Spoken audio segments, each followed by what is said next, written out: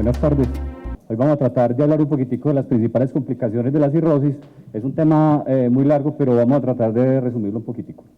Lo primero que tenemos que decir es que la cirrosis es la consecuencia directa de la fibrosis hepática progresiva. Es el resultado final de toda enfermedad hepática crónica. Cuando tenemos un paciente con cirrosis, eso no solamente nos va a comprometer su calidad de vida, sino que también nos va a impactar de manera importante su supervivencia. Es importante que cuando enfoquemos a un paciente que tiene cirrosis, no solamente tengamos un enfoque que sea organizado y sistemático, sino que también tenemos que estar pendiente de todas esas complicaciones que el paciente puede tener, no solamente para empezar a trabajar en relación a ellas, sino para tratar de prevenirlas. En el 2010 en Estados Unidos se considera la cirrosis como la 8ª causa de muerte entre la cirrosis y sus complicaciones se dio cuenta de 49.500 muertes. Es muy importante tratar de definir si la cirrosis está compensada o descompensada porque esta impacta de manera importante en nuestros pacientes. Este estudio nos demuestra cómo pacientes que tienen una cirrosis hepática descompensada a 18 meses tienen una mortalidad que es superior al 50%, mientras que aquellos pacientes con una cirrosis compensada a 10 años la supervivencia es lo mismo que los otros pacientes, 50%. Dentro de las complicaciones de la cirrosis, la hipertensión portal juega un papel importante. Es un síndrome clínico que se caracteriza por diferentes espectros: esplenomegalia, ascitis, presencia de varices gastrointestinales y encefalopatía. El gold estándar para el diagnóstico de la hipertensión portal era la medida directa de la presión portal. El problema es que es un examen que es muy invasivo, puede tener complicaciones, puede tener comorbilidad y alta mortalidad en nuestros pacientes. Entonces, este examen ha caído en desuso y ahora no es de uso rutinario. En este momento se utiliza sobre todo la medición del gradiente de presión venosa portal, que simplemente es una diferencia entre la presión en cuña, que se mide durante la hemodinamia hepática, que la presión en cuña básicamente lo que traduce es la presión que hay a nivel de los sinusoides, y la presión hepática libre. Ese gradiente de presión es un subrogado muy importante, es tal vez el más fidedigno que tenemos en este momento de la presión portal, y no solamente nos habla de si el paciente tiene hipertensión portal o no, sino que nos puede hablar de que el paciente va a desarrollar determinadas complicaciones y nos va a hablar de la mortalidad que va a tener. Se supone que, o se dice que los pacientes que tienen un gradiente de presión venosa portal mayor de 5 ya tienen hipertensión portal significativa, y esos pacientes, la gran mayoría de ellos van a estar cursando con una cirrosis. En cuanto a la fisiopatología de la hipertensión portal, lo primero que tenemos que decir es que el gran problema es el incremento de la resistencia hepática. Para ese incremento de la resistencia hepática tenemos dos mecanismos. El primero es un mecanismo mecánico, es básicamente ese daño estructural a nivel hepático que se da por cambios en la arquitectura, presencia de nódulos de regeneración, fibrosis, incluso algunas oclusiones vasculares. Eso va a producir un proceso mecánico al flujo sanguíneo a través de él. Y un cambio dinámico que básicamente está dado por alteraciones a nivel vascular y disfunción endotelial. Esa alteración a nivel vascular, tal vez el efector fundamental es el óxido nítrico. En los pacientes con cirrosis tenemos una alteración a nivel del metabolismo del óxido nítrico. La óxido nítrico sintetasa está reducida de una manera significativa, y por eso no tenemos una buena biodisponibilidad de este efector. También tenemos que hay un aumento del metabolismo del estrés oxidativo a este nivel, lo que va a producir un aumento de la cantidad de radicales libres de oxígeno.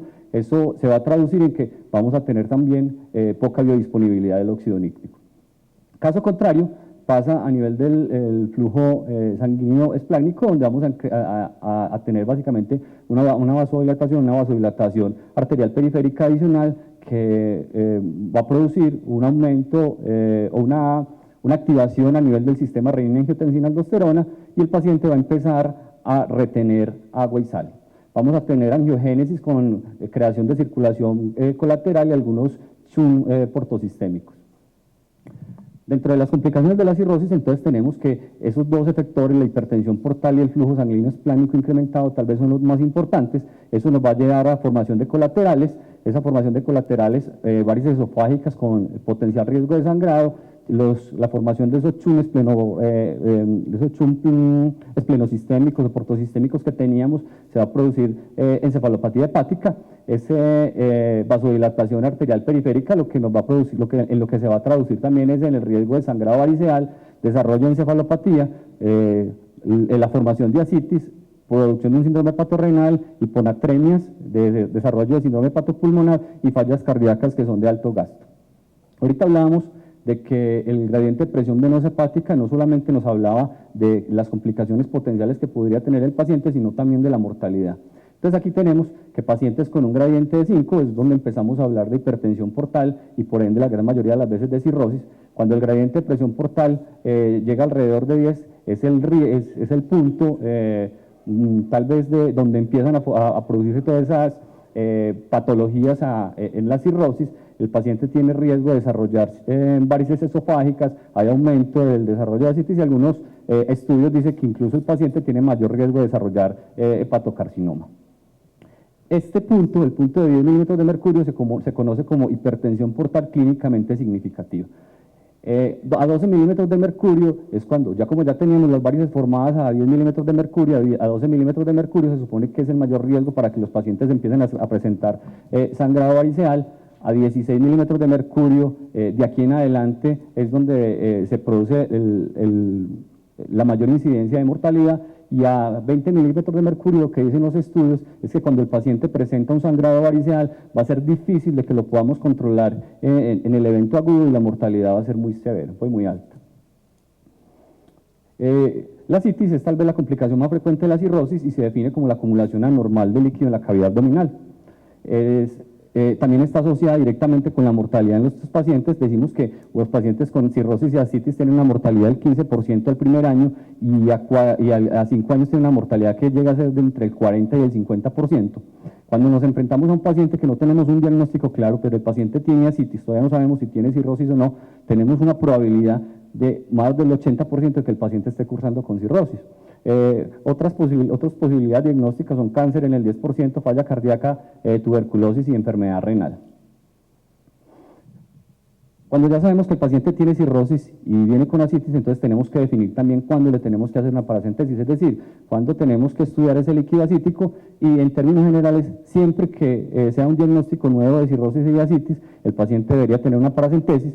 Cuando tenemos un paciente que venía previamente controlado y ahora está descompensado, o cuando el paciente tiene alguna otra complicación asociada a la cirrosis, es decir, el paciente viene porque tiene una encefalopatía, tiene fiebre, tiene un síndrome hepatorenal, o cualquier otra complicación, un sangrado variceal, debería tener siempre una paracentesis. ¿Qué deberíamos estudiar en ese líquido? Cuando tenemos el primer acercamiento al paciente con cirrosis, siempre deberíamos hacer el gradiente de albúmina. El gradiente de albúmina simplemente es una resta entre la albúmina sérica y la albúmina del líquido acítico, y esa nos va a ayudar a definir si el paciente puede o no tener una hipertensión portal. Todos los demás estudios de líquido acítico, o cada que hagamos una paracentesis, siempre el paciente debe ir con estudio de citoquímico, gran y cultivo, y dependiendo de lo que estemos sospechando, algunos exámenes adicionales de los que vamos a hablar más adelante. Ya habíamos hablado de que el gradiente de albúmina era esa relación, esa resta pues entre la albúmina sérica y la albúmina del líquido acítico, y entonces podemos dividir pacientes que tienen un gradiente mayor de 1,1, son pacientes que con una sensibilidad incluso mayor del 97% van a tener hipertensión portal, y esa hipertensión portal la gran mayoría de las veces va a estar dada por cirrosis. Otras posibles complicaciones que vamos a tener, otras posibles diagnósticos alternativos son el desarrollo de hepatitis alcohólica, falla cardíaca, pericarditis constrictiva, metástasis hepáticas masivas, síndrome de Buchiari, trombosis portal y fibrosis hepática idiopática. Fibrosis portal idiopática.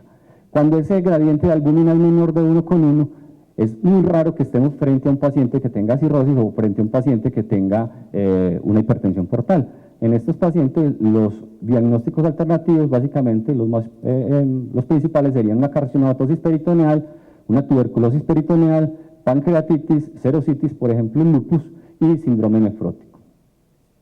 Es muy importante enfrentarnos al paciente y definir cuál es el grado de ascitis que tiene, porque eso es lo que nos va a permitir establecer el manejo. Cuando el paciente tiene una ascitis grado 1, es decir, tiene una ascitis leve que es clínicamente inaparente, que solamente la vamos a diagnosticar por ecografía, el paciente solamente requiere seguimiento, no requiere pues ningún manejo específico. Cuando tiene una ascitis grado 2, es decir, el paciente tiene una citis moderada, es evidente el examen físico, la podemos encontrar por percusión, tiene una distensión moderada de la cavidad abdominal y esa distensión es generalmente simétrica, el paciente debería ir a restricción en la ingesta de sodio y a uso de diuréticos.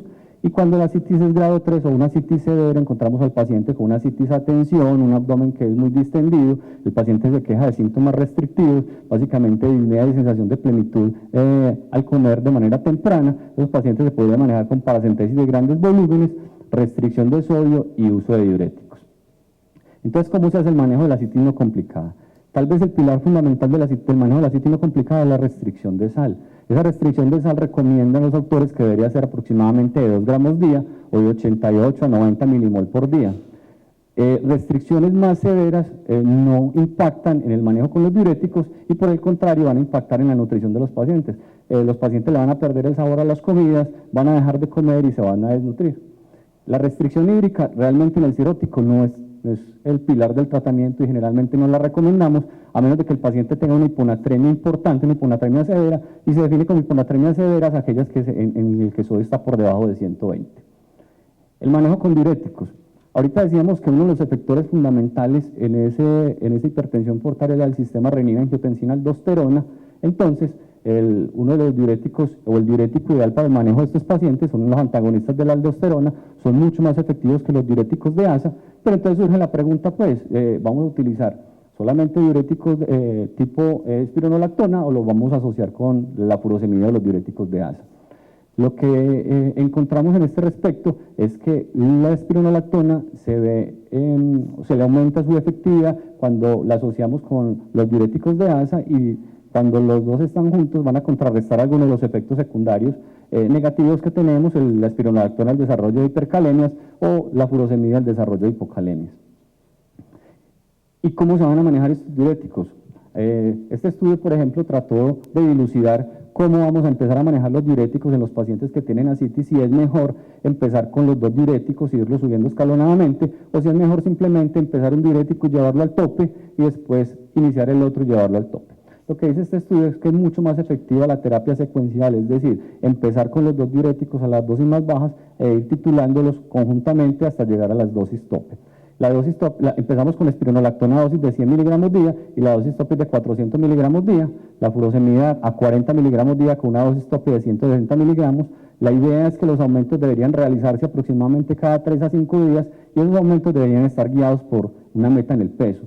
Una disminución de 0.5 kilogramos en aquellos pacientes que no tienen edema periférico y una reducción de 1 kilo en aquellos pacientes que tienen edema periférico. Básicamente lo que estamos buscando con eso es no impactar en la disfunción renal que pueden desarrollar los pacientes con el uso de diuréticos.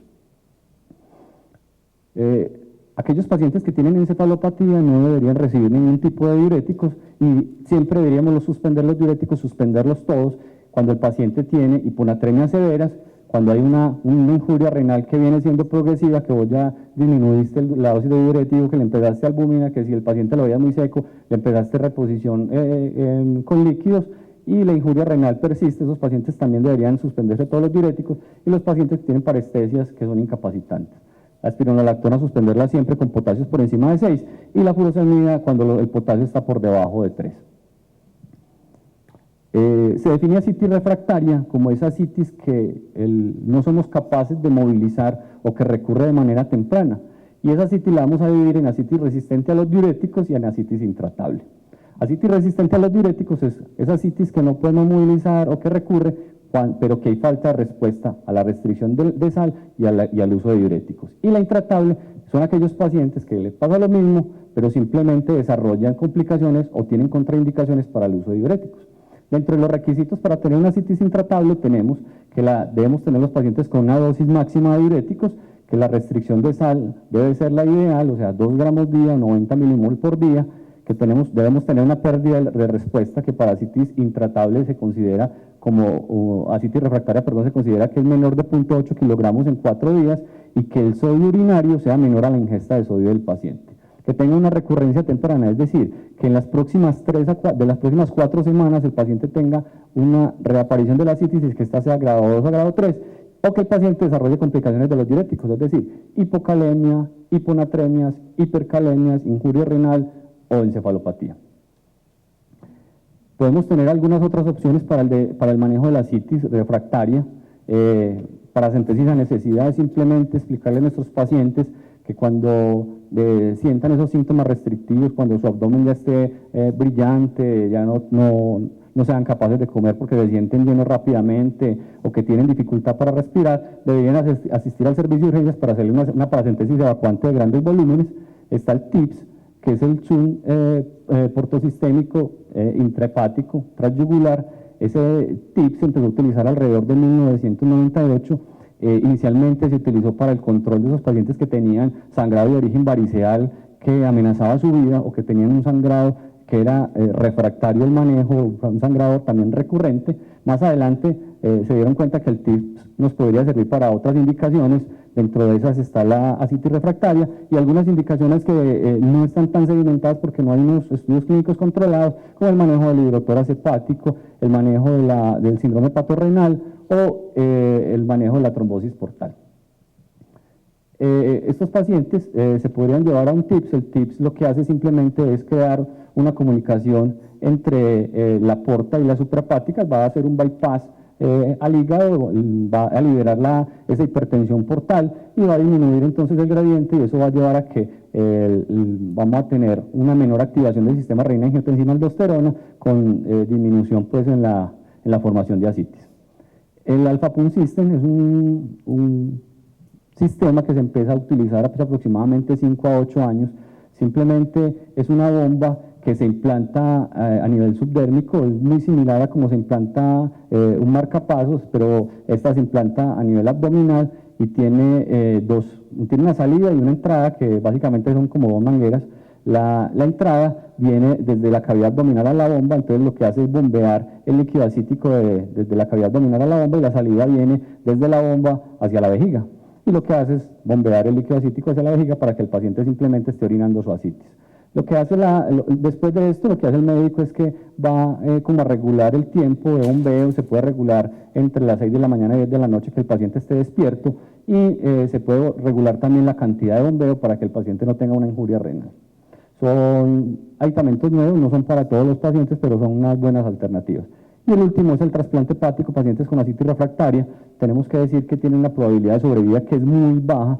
Pacientes a 10 o 12 meses, la probabilidad de sobrevida con ascitis refractaria es solamente el 52%, entonces esos pacientes se benefician de ingresar a una lista de trasplante hepático. La peritonitis bacteriana espontánea es la infección más frecuente en los diabéticos, es una infección que es potencialmente mortal. En esta infección nosotros tenemos que tener un alto grado de sospecha. La gran mayoría de los pacientes son asintomáticos. Necesitamos que el tratamiento sea rápido y que la antibiótico-terapia inicial sea empírica. O sea, no podemos esperar hasta que tengamos el reporte de un cultivo para poder empezar tratamiento en estos pacientes. El diagnóstico se basa en el estudio del líquido acítico, la presencia de 250 o más polimorfonucleares en el líquido acítico y la ausencia de una fuente de infección intraabdominal o la presencia de malignidad. Da cuenta del 10 al 30% de todas las infecciones en los pacientes cirróticos y menos del 3 al 5% de las infecciones en los pacientes ambulatorios. O sea, cada que el paciente llegue a hospitalizarse y el paciente tenga citis, siempre deberíamos de chuzar así el paciente no tenga síntomas, porque deberíamos descartar que no curse con una peritonitis bacteriana. La mortalidad es casi el 50% durante el primer episodio, pero eso no es lo que es tan importante. Miren que a un año, ya después de que el paciente ha pasado su episodio de peritonitis bacteriana espontánea, persiste la mortalidad, incluso puede llegar a ser tan alta como el 93%. Empeora el pronóstico de los cirróticos de una manera extraordinaria. Entonces estas son otras indicaciones para que los pacientes ingresen en una lista de espera de trasplante. La mortalidad en la peritonitis bacteriana espontánea está dada por varios factores que son modificables, factores que tienen que ver con la bacteria y factores que tienen que ver con el hospedero. Dentro de los factores modificables tenemos el acceso al tratamiento y el control de la infección, que la terapia de primera línea sea efectiva y que la detección sea temprana. Ahorita decíamos, esos pacientes generalmente no hacen síntomas o hacen síntomas que son vagos, entonces tenemos que tenerla siempre en la cabeza para que el diagnóstico sea lo más rápido posible. Factores que tienen que ver con la bacteria, entonces que tengamos la presencia de un cultivo positivo, como lo vamos a ver ahora. Generalmente los cultivos van a ser negativos, pero si tenemos un cultivo positivo vamos a tener la posibilidad de guiar la terapia, el tratamiento antibiótico, y vamos a tener la certeza de que estamos tratando bien a nuestros pacientes y que la bacteria no sea resistente o multiresistente a los antibióticos. Y factores asociados al hospedero, el sitio de adquisición de la infección, si es una infección nosocomial o es una infección adquirida en la comunidad, la severidad de la difusión hepática medida básicamente por el child es mucho más severa una peritonitis bacteriana espontánea en un paciente que tiene una cirrosis child C que un paciente que tiene una cirrosis child A, la mortalidad se aumenta de manera exponencial. Algunos factores genéticos, las comorbilidades que tiene el paciente, si el paciente es diabético, hipertenso, enfermedad renal crónica, y la edad. También es mucho más severa esta enfermedad en pacientes ancianos que en pacientes más jóvenes. Para hablar de peritonitis bacteriana espontánea tenemos que hablar un poquitico de qué es traslocación bacteriana. Y básicamente, traslocación bacteriana es que esas bacterias que hay en el lumen intestinal puedan atravesar los enterocitos y puedan llegar a la circulación general. Eso entre las personas que son sanas, eso generalmente no ocurre, pero en los pacientes cirróticos es un evento frecuente. Para que esto ocurra, ¿qué tenemos que tener? Tenemos que tener que en el lumen intestinal tengamos una población de bacterias que sea lo suficientemente grande y que tenga la suficiente virulencia para poder atravesar o para poder atacar el intestino, para que tenga esas moléculas de adhesión y que puedan pasar a través de esas uniones entre los enterocitos.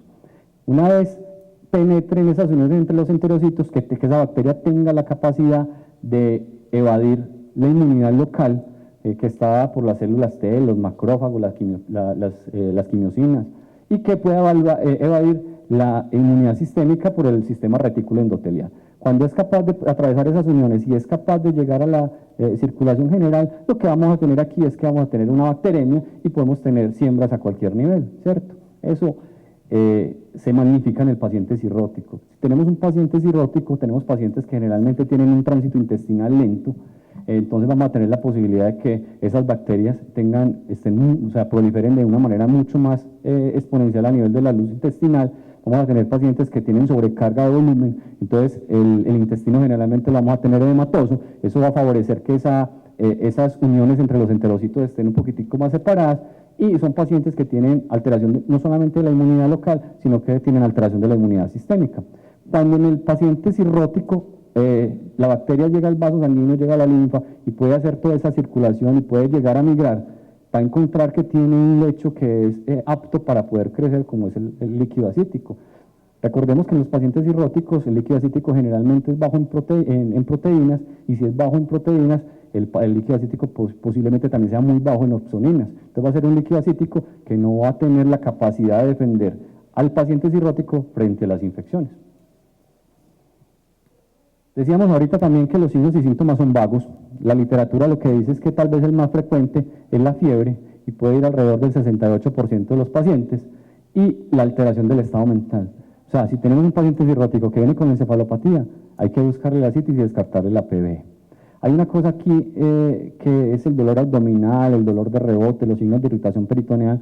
Todos esperaríamos que un paciente que viene con una peritonitis tenga signos de irritación peritoneal, pero frecuentemente nuestros pacientes cirróticos no hacen signos de irritación peritoneal, y es una cosa como muy fisiológica. Simplemente lo que pasa es que la pleura parietal y la pleura visceral están separadas por esa cantidad de líquido que tiene el paciente en su cavidad abdominal, y lo que está pasando ahí es que esas dos pleuras inflamadas no se puedan rozar y el paciente no presente esos signos claros de irritación peritoneal.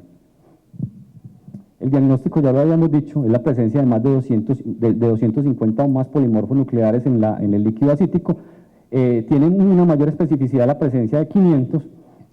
Siempre tenemos que tener en mente que está la posibilidad de que el líquido acítico sea un líquido acítico hemorrágico, entonces hay que corregir los polimorfos en relación a la cantidad de eritrocitos. Eso se hace realmente muy fácil, es simplemente coger por cada 250 eritrocitos en el líquido acítico y restar un polimorfo nuclear a los polimorfos que tenemos. Supongamos que hicimos una paracentesis, el paciente tiene 300 neutrófilos, entonces con eso decimos que el paciente tiene una PBE, ¿cierto? Pero si resulta que tiene 25.000 eritrocitos, cuando hacemos la corrección hay que restarle a eso 100 neutrófilos, entonces el paciente va a tener 200 polimorfos en el líquido acítico, entonces no cumple criterios de peritonitis bacteriana. La peritonitis bacteriana espontánea, también decíamos que el cultivo generalmente va a ser negativo, solamente lo vamos a encontrar positivo en el 40% de los pacientes, va a estar causada generalmente por bacterias entéricas gram negativas. La principal es la E. coli, después viene la Klebsiella, y cuando el paciente está recibiendo profilaxis con quinolonas, norfloxacina lo más frecuente, vamos a tener que los cocos gram negativos pueden ser los que predominan. En eso el neumococo, el streptococcus viridans y el estafilococo aureus. De esas bacterias gram negativas, el 30% de todas ellas van a ser resistentes a las quinolonas, el 30% van a ser resistentes al trimestoprim, y de las resistentes a las quinolonas, el 70% van a ser resistentes al trimestoprim. Característicamente no son tan resistentes o no exhiben tanto patrón de resistencia a las cefalosporinas de tercera generación, que es uno de los tratamientos que utilizamos a nivel hospitalario. Entonces, ¿cómo clasificamos la infección del líquido acítico? Entonces tenemos peritonitis bacteriana espontánea, que se define como con un cultivo positivo y con ese conteo de neutrófilos que habíamos hablado. Entonces, ¿cuál es el tratamiento? Manejo antibiótico. Neutroasitis. Neutroasitis básicamente es pacientes que tienen cultivo negativo y tienen el mismo conteo de neutrófilos que habíamos hablado ahora, también van a ir a tratamiento antibiótico. El tratamiento, ¿cuánto tiempo deberíamos dar de tratamiento? Este artículo es el artículo que referencian las guías. En este artículo se trata de definir si los pacientes que tienen peritonitis bacteriana espontánea deberían recibir un tratamiento extendido por 10 días o un tratamiento acortado por 5 días.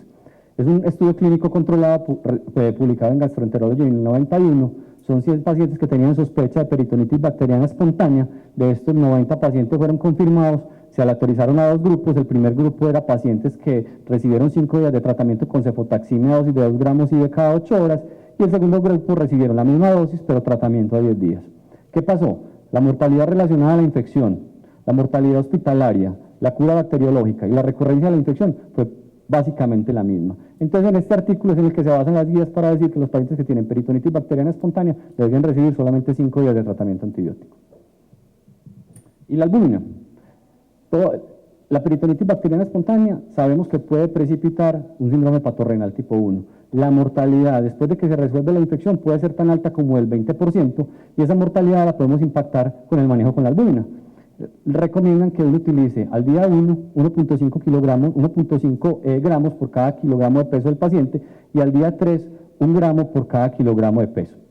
¿Qué va a hacer la albúmina en este escenario? Va a disminuir la posibilidad de desarrollar síndrome hepatorenal tipo 1 del 30% al 10% y nos va a disminuir la mortalidad del 29 al 10%.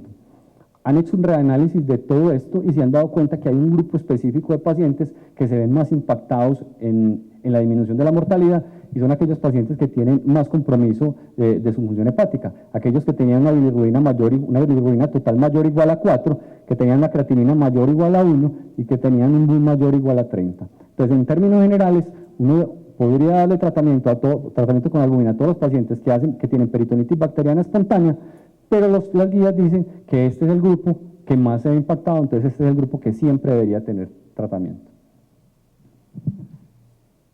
¿Y qué sabemos de profilaxis primaria? O sea, es decir, pacientes que todavía no han desarrollado peritonitis bacteriana espontánea, pero que tienen factores de riesgo, que tienen un riesgo muy elevado de desarrollar esta patología. ¿Los pacientes se impactan en recibir profilaxis antibiótica o no se impactan? Entonces, este estudio publicado en el 2007 en el Gastroenterology lo que hace es que coge pacientes cirróticos que tienen los factores de riesgo que ya se habían definido para el desarrollo de peritonitis bacteriana, unas proteínas en el líquido acítico bajas, es decir, menores de 1.5 gramos por decilitro, que tienen una falla hepática avanzada, es decir, tienen una cirrosis Child-C, con una bilirrubina mayor de 3, o que tienen una creatinina mayor o igual a 1,2, un BU mayor de 25 o un sodio sérico menor de 130. Estos pacientes se llevaron a aleatorización y un grupo recibió norfloxacina dosis de 400 miligramos día y el otro grupo recibió placebo. ¿Y qué pasó en este estudio? Entonces tenemos que la probabilidad de desarrollar nuevamente peritonitis bacteriana espontánea a un año en el grupo que recibió placebo fue casi del 61%. En el grupo que recibió el antibiótico, la norfloxacina, la probabilidad de desarrollar peritonitis bacteriana espontánea fue tan solo del 7% a un año. En cuanto a la probabilidad de desarrollo de síndrome hepatorenal, a un año, en los pacientes que recibieron placebo, esa probabilidad fue aproximadamente del 40%, y en los pacientes que recibieron norfloxacina fue aproximadamente del 28%. Pero lo más importante fue la probabilidad de sobrevida en estos pacientes. Ahorita decíamos que el paciente que desarrolla peritonitis bacteriana espontánea tiene mayor riesgo de mortalidad, entonces debería estar incluido en una lista de espera. Entonces la norfloxacina nos puede dar el chance de que ese paciente lo podamos tener libre de infección, libre de enfermedad, de una nueva peritonitis que va a impactar más su mortalidad mientras lo logramos trasplantar. Entonces, la probabilidad de sobrevida a 3 meses, en los pacientes que recibieron norfloxacina, la probabilidad de sobrevida fue del 97%. Pero en los pacientes que recibieron placebo, la probabilidad de sobrevida fue solamente del 80%. Pero a un año, la probabilidad de sobrevida en los pacientes que recibieron norfloxacina fue del 70-75%, mientras que los pacientes que recibieron placebo fue solamente del 50%. Entonces, como vemos, esta medida, ¿cómo se dice?, tan simple, que es darle norfloxacina a los pacientes que tienen riesgo de desarrollar peritonitis bacteriana espontánea, es altamente efectiva y la deberíamos utilizar en aquellos pacientes que tienen riesgo y que posiblemente lo vayamos a incluir por su disfunción hepática en una lista de espera de trasplante. No todos los pacientes que tienen leucocitos elevados en el líquido acítico tienen una peritonitis bacteriana espontánea. O sea, tenemos que tener la mente abierta y pensar que podemos tener un foco infeccioso a otro nivel. Runyon creó unos criterios que están validados, son 3 criterios, y él dice que si uno cumple 2 criterios o más, tiene alta posibilidad de que esté frente a una peritonitis secundaria. Esos criterios son el hecho de tener proteínas totales en el líquido acítico mayor de 10 gramos por litro, que la glucosa en el líquido acítico sea menor de 50 miligramos por decilitro o 500 miligramos por litro, y que la deshidrogenasa láctica en el líquido acítico, que generalmente no la medimos, pero que la deberíamos medir cuando estamos sospechando una peritonitis bacteriana secundaria, sea mayor al límite superior en el suero. Entonces, este es el flujograma que nos propone Runyon. Entonces, si tenemos un conteo de polimorfo mayor de 250 y cumplimos los criterios y el líquido acítico está teñido por bilis, lo que deberíamos hacer es medir la bilirrubina en el líquido acítico y si es mayor de 60 miligramos por litro. Y si la relación entre la bilirrubina del líquido acítico y la bilirrubina sérica es mayor de 1, estamos frente a una perforación biliar y el paciente debería ir a la parotomía. Si cumplimos los criterios y el paciente tiene aire libre o tiene extravasación del medio de contraste en una tomografía o en una imagen dinámica, estamos enfrente de una perforación y el paciente debería ir a la parotomía.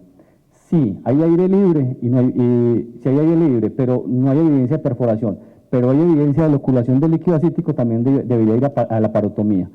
Si no hay evidencia de perforación, pero hay aire libre y tampoco hay evidencia de loculación, puede ser una peritonitis bacteriana espontánea, continuamos el tratamiento por 48 a 72 horas, hacemos una nueva paracentesis y si el paciente mejora, lo que tenía era una PBE. El problema de la citis es que cuando la citis se junta con las otras complicaciones que puede tener la cirrosis, eso es devastador para los pacientes. Entonces tenemos que a 100 meses, si el paciente tiene solamente ascitis, la probabilidad de sobrevida es del 80%. Pero si el paciente tiene ascitis y ha desarrollado peritonitis bacteriana espontánea, la probabilidad de sobrevida puede ser tan baja como el 50%. Si tiene ascitis refractaria, la probabilidad llega a ser casi del 20%.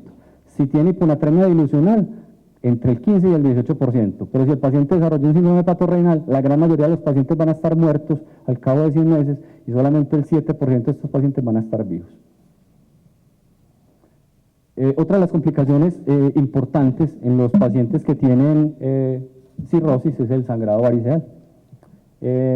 Las varices esofágicas las encontramos en el 30 al 40% de los pacientes cirróticos compensados, pero en el 60% de los pacientes que tienen ascitis. Aquellos pacientes que son cirróticos, que le hacemos una endoscopia y que en la primera endoscopia no le encontramos varices, la probabilidad de que desarrollen varices es del 5 al 10% por cada año que pase. Y hay factores predictivos para que ese paciente que tiene varices vaya a sangrar. Dentro de los factores predictivos está el tamaño de la varice, el grado de disfunción hepática medido por el MEL y la presencia de puntos rojos en la varice. El riesgo de sangrado está dado en aquellos pacientes que no tienen varices en la primera endoscopia de 1 a 2% por cada año, el paciente que tiene varices pequeñas en la endoscopia de 5% por año y pacientes que tienen varices grandes del 15%. Vamos a encontrar en la literatura muchas clasificaciones para las varices esofágicas, grado 1, grado 2, grado 3, grado 4, pero en este momento realmente la que la literatura más está utilizando es tratar de dividir las varices esofágicas en varices grandes y varices pequeñas. En las varices grandes se alojan las varices medianas y grandes, y es simplemente decir que varices menores de 5 milímetros son varices pequeñas y de ahí en adelante todas son varices grandes. Eso es importante para que ahorita analicemos un flujograma que les traigo. Da cuenta del 70% de todos los sangrados digestivos, el sangrado varicel da cuenta del 70% de todos los sangrados digestivos superiores en el paciente cirrótico. Es por eso que cuando llega un paciente cirrótico al servicio de urgencias y tiene un sangrado digestivo, uno no debe pensar que él tiene una úlcera duodenal, que es que tiene una hemorragia por, no sé, de otra etiología, sino que no tiene que tenerla en la cabeza que ese paciente con lo que está currando es con una hemorragia variceal. El diagnóstico se hace por endoscopia. ¿Y qué vamos a encontrar? ¿Cómo vamos a hacer el diagnóstico? Si el paciente tiene sangrado activo de una varice, si tiene el signo del pezón blanco, es decir, vamos a encontrar un coágulo adherido a la varice, o si tiene varices y no tiene ninguna otra fuente del sangrado. Cualquiera de esas tres categorías, el paciente entra de inmediato al diagnóstico de sangrado variceal. Este flujograma se los voy a explicar con un poquitico más detallado, es lo que nos trae en este momento las últimas guías de Daveno para el manejo de los pacientes que tienen sangrado variceal, y básicamente lo que nos dice es que uno debería manejar los pacientes que tienen riesgo de sangrado variceal de acuerdo a la etapa de la hipertensión portal en la cual encontramos el paciente. Entonces, ¿qué es eso? Podemos tener pacientes compensados sin evidencia clínica de hipertensión portal, muy fácil. Pacientes que tienen un gradiente mayor de 5, pero que el gradiente es menor de 10, ¿y cuál es la meta en ellos? Pues uno diría, bueno, si el paciente no ha desarrollado todavía ese punto de quiebre para tener todas esas complicaciones que le va a dar la cirrosis, la meta simplemente sería evitar que el paciente desarrolle no solamente varices esofágicas, sino que progrese su enfermedad y que vaya a desarrollar todas las otras complicaciones. Entonces, el tratamiento debe ir dirigido ¿a qué? Al tratamiento de base de la cirrosis. Si tenemos un paciente que tiene una cirrosis de etiología autoinmune y tiene una actividad necroinflamatoria importante, entonces debería recibir esteroides. Si el paciente tiene una cirrosis de una hepatitis B, tratamiento antiviral. Si el paciente tiene una cirrosis de etiología alcohólica, debería dejar el consumo de licor. Cambios en el estilo de vida, que disminuya de peso, que tenga una buena dieta, que no consuma, que disminuya el consumo de grasas y azúcares. Y en este momento está muy de boga la terapia antifibrogénica y hablan mucho de las estatinas. ¿Qué hay con las estatinas? Este artículo publicado en el 2009, ahorita decíamos que un efector fundamental en ese hígado cirrótico era el óxido nítrico. Acuérdense que decíamos que los pacientes con cirrosis tenían disminución del óxido nítrico y eso nos iba a alterar como todo esa y nos iba a producir mucha parte de la hipertensión portal que estaban manejando. Entonces ellos dicen que la simvastatina va a mejorar la generación del óxido nítrico y va a mejorar la difusión endotelial. ¿Qué pasa en este estudio? Es un estudio clínico aleatorizado. Son pacientes que reciben simvastatina 20 miligramos día y que esa dosis se va a aumentar a 40 miligramos día al día 15, en total 30 pacientes, y 29 pacientes que van a placebo. Todos los pacientes tenían una hipertensión, un gradiente de presión venosa hepática que era clínicamente significativo por encima de 12. ¿Y qué pasó? Entonces encontramos que los pacientes que recibieron simvastatina, cuando los relacionamos con los pacientes que recibieron placebo, tenían una disminución más importante en el gradiente de presión venosa hepática. Cuando trataron de poner en relación los pacientes que recibían betabloqueadores y no recibían betabloqueadores, en ambos grupos disminuía mayor el gradiente de presión en los pacientes que recibían simvastatina que en aquellos pacientes que no la recibían, y cuando trataron de dividir los pacientes en si tenían cirrosis compensada o estaban descompensados, también aquellos pacientes que tenían el tratamiento con la simvastatina tenían una disminución más importante en el gradiente de presión venosa hepática. Eso en este momento realmente necesitamos que se sedimente más, necesitamos que hayan más estudios, pero parece que va a ser una terapia que deberíamos tener en mente, más que muchos de nuestros pacientes son diabéticos, dilipidémicos, entonces deberían ir con tratamiento con estatinas. Pacientes con evidencia de hipertensión portal, que es clínicamente significativa, pero no tienen varices. Entonces, pacientes que tienen un gradiente de presión venosa hepática mayor de 10, pero que aún no tienen varices. O sea, decimos, ya hizo el marcador, o sea, ya llegó al punto de quiebre donde va a empezar a hacer todas esas complicaciones. Entonces, este paciente tiene riesgo de desarrollo de sangrado variceal, encefalopatía, ascitis y lo que decíamos ahora de hepatocarcinoma. Ese gradiente es un predictor de pobres resultados clínicos en el paciente cirrótico. Entonces, ¿qué vamos a hacer? En este escenario, vamos a tratar de prevenir el desarrollo de las varices.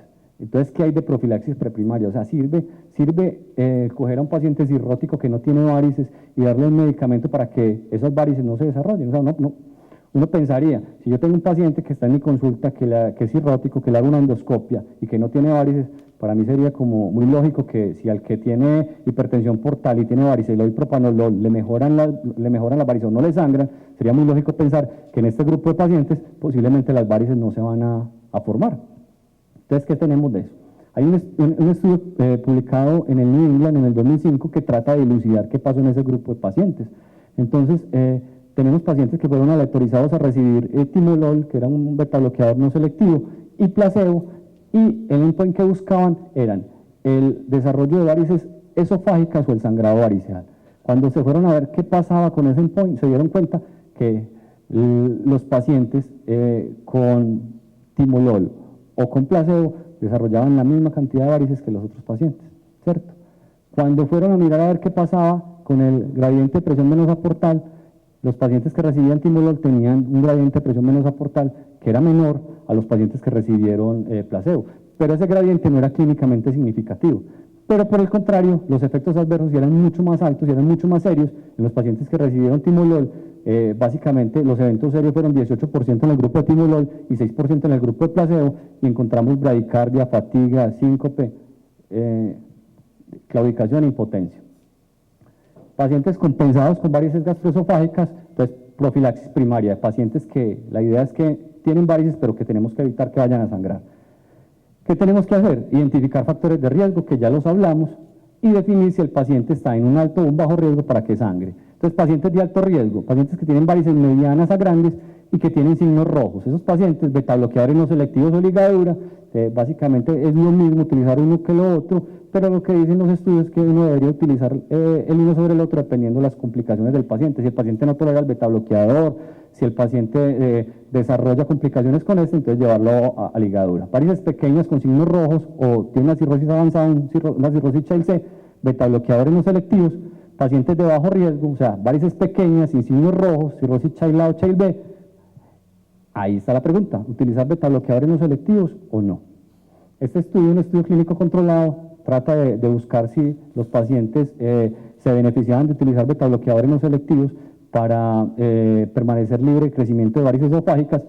Fueron aleatorizados a nadolol y placebo. Los pacientes que fueron aleatorizados a nadolol tenían menor probabilidad de que las varices crecieran, y aquellos que tenían placebo tenían mayor probabilidad de que estas crecieran. Pero cuando fueron a mirar cuál era la tasa de sobrevida, no fue estadísticamente significativa en los dos grupos. Entonces, ¿qué dicen las guías? Usted le puede dar, no le puede dar beta-bloqueadores a su paciente, y usted simplemente mira qué factores de riesgo tiene y si el paciente se beneficia o no de eso. El caballito de batalla en este momento de nosotros para el manejo o para la profilaxis de pacientes que tienen sangrado variceal es el propanolol, pero en este momento se está hablando mucho del carvedilol, porque hay algunos estudios como este publicado en GAT en el 2013 que dicen que el propanolol, cuando se compara con el carvedilol, tiene menor disminución en el gradiente de presión venosa hepática, pero lo otro es que cuando vos vas a definir si los pacientes están libres de sangrado y definís propanolol contra carvedilol, las diferencias no son estadísticamente significativas. Pero cuando esos pacientes que recibieron carvedilol o propanolol no fueron susceptibles de continuar tratamiento porque desarrollaron complicaciones o alguna otra cosa, el riesgo de desarrollar sangrado variceal era mucho más alto cuando se tenían que llevar a ligadura. Sangrado variceal agudo, el objetivo es control del sangrado, prevenir la recurrencia, y se define recurrencia temprana como en los primeros 5 días, y prevenir la muerte. Es una urgencia médica, el paciente debería estar en UCI, siempre la ABC, buscar estabilidad hemodinámica y transfusiones restrictivas de 7 a 8 miligramos por decilitro de hemoglobina. Este estudio evalúa la transfusión restrictiva en pacientes con sangrado digestivo. Vemos como los pacientes que tienen transfusión restrictiva tienen una sobrevida más alta que los que tienen una transfusión liberal por encima de 9 de hemoglobina. Y cuando analizamos el subgrupo de pacientes con cirrosis, sobre todo pacientes cirróticos Child A y Child B, son los que más se impactan teniendo transfusiones restrictivas. O sea, nosotros no deberíamos poner a los pacientes hipervolémicos. Si usted le empieza a meter líquido, lo politrafunde, lo que va a hacer es que va a aumentar la hipertensión portal y el paciente va a tener mayor riesgo de sangrado. Profilaxis antibiótica, estos pacientes tienen alto riesgo de infecciones. La profilaxis disminuye la recurrencia temprana del sangrado, la muerte y las infecciones. El antibiótico de elección, quinolonas o ceftriaxonas, cuando el paciente tiene una cirrosis avanzada. Básicamente esto se impacta es porque la infección incrementa la presión portal, altera la homeostasis y va a producir un sangrado persistente. empeora una hipovolemia que es efectiva con falla renal, altera la utilización de oxígeno y produce falla hepática. Vamos a pasar rapidito porque ya estamos como sobre el tiempo. Medicamentos, entonces tratamientos vasoactivos, lo más rápido posible, apenas el paciente tengamos la sospecha de diagnóstico y entra al servicio de urgencias, endoscopia ojalá en las primeras 12 horas y si hay evidencia de sangrado, ligadura. Si no se puede hacer ligadura, pues se podría hacer escleroterapia. Tips en pacientes que tienen alto riesgo de falla al tratamiento, cirrosis avanzada o una cirrosis Child-B que tenga sangrado visible a la endoscopia. Sangrado persistente o resangrado tips, resangrado leve, una segunda mirada endoscópica y ligadura, y taponamiento con balón de Sestaken solamente en sangrado severo, que no ha sido posible controlar, siempre en UCI, como una terapia puente, no más de 24 horas por riesgo de que tengamos necrosis esofágica. Terlipresina es el único medicamento vasoactivo que ha impactado en la mortalidad, disminuye el riesgo relativo de muerte en un 34%, la efectividad es entre el 75 al 80 en las primeras 48 horas, pero cae a 67 al día quinto. Ahí está la importancia que tenemos que hacer la endoscopia temprana, efectos serios menores del 3%, y esos efectos serios, cuando digo serios, son serios, o sea, isquemia intestinal, isquemia distal, infarto, y tal vez el menos serio sería la bradicardia. La dosis es de 2 miligramos IV cada 4 horas por 48 horas y luego 1 miligramo cada 4 horas por 5 días. Somatostatina y octreotide son otras posibilidades si no tenemos la terlipresina a la mano, y el early tips en pacientes de alto riesgo de los que hablamos ahora, y les traigo este estudio porque es el único escenario en el que el tips ha demostrado impacto en la mortalidad en los pacientes cirróticos. Pacientes que se aleatorizaron a recibir early tips, o sea, pacientes cirróticos avanzados con HIV que tenían sangrado activo a la endoscopia y que se llevaron a TIPS en las primeras 72 horas, a 24 meses, casi el 100% estaban vivos, pero los que se llevaron a tratamiento convencional, solamente el 60% estaban vivos. No, perdón, esto es libre de resangrado, 100% libres de resangrado a 24 meses y 60% libres de resangrado a 24 meses en el medicamentos y ligadura. Y pacientes, en cuanto a la sobrevida, a 24 meses, pacientes con early tips, 85% libres o vivos a 2 años, mientras que el 60% del otro grupo estaban vivos a 2 años. Profilaxis secundaria, riesgo de un nuevo episodio, mortalidad del 33% si recurre al episodio. Los pacientes que tienen tips no requieren tratamiento específico, solamente va cada 6 meses, y todos los pacientes que van a profilaxis secundaria vienen a recibir manejo con bloqueadores betabloqueadores no selectivos y ligadura endoscópica. Empezamos con las preguntas. Bueno, entonces la primera pregunta es con respecto al manejo de la citis en los pacientes cirróticos, ¿cuál de las siguientes afirmaciones no es verdadera? Por lo general no se recomienda la restricción hídrica. La encefalopatía no es una complicación en el uso de diuréticos. Los antagonistas de la aldosterona son más efectivos que los diuréticos de ASA y la pérdida de peso es de 0.5 miligramos pacientes sin edema periférico. Y el 39% dice que la encefalopatía no es una complicación del uso de diuréticos. Los pacientes que tienen uso de diuréticos generalmente pueden desarrollar encefalopatía. En cuanto al sangrado variceal, ¿cuál de las siguientes no es verdadera? Todos los pacientes cirróticos deberían recibir profilaxis preprimaria, ya que es barata y muy efectiva. El TIPS impacta en la mortalidad de los pacientes adecuadamente seleccionados con sangrados digestivos variceales. La mortalidad se puede impactar con terapia transfusional restrictiva y la endoscopia se debería realizar en las primeras 12 horas. Pueden votar. El 8% dicen que todos los pacientes cirróticos deberían recibir profilaxis. Como dijimos ahorita durante la charla, la profilaxis preprimaria no nos va a impactar en el sangrado variceal en los pacientes, entonces eso simplemente va a quedar a criterio del médico. En los pacientes con hemorragia variceal aguda, ¿cuál es verdadera? Todos deberían recibir profilaxis antibiótica. La terlipresina impacta en la mortalidad, el riesgo de nuevos episodios del 60% en el primer año, todas son verdaderas. Todas son verdaderas. O sea, sabemos que la terlipresina disminuye el riesgo relativo de muerte en 34%, todos deberían recibir profilaxis antibiótica porque la profilaxis va a disminuir el riesgo de infecciones, el riesgo de resangrado, va a disminuir la mortalidad y el riesgo de un nuevo episodio de resangrado es del 60% en el primer año. Muchas gracias. San Vicente Fundación, una vida entera por la vida.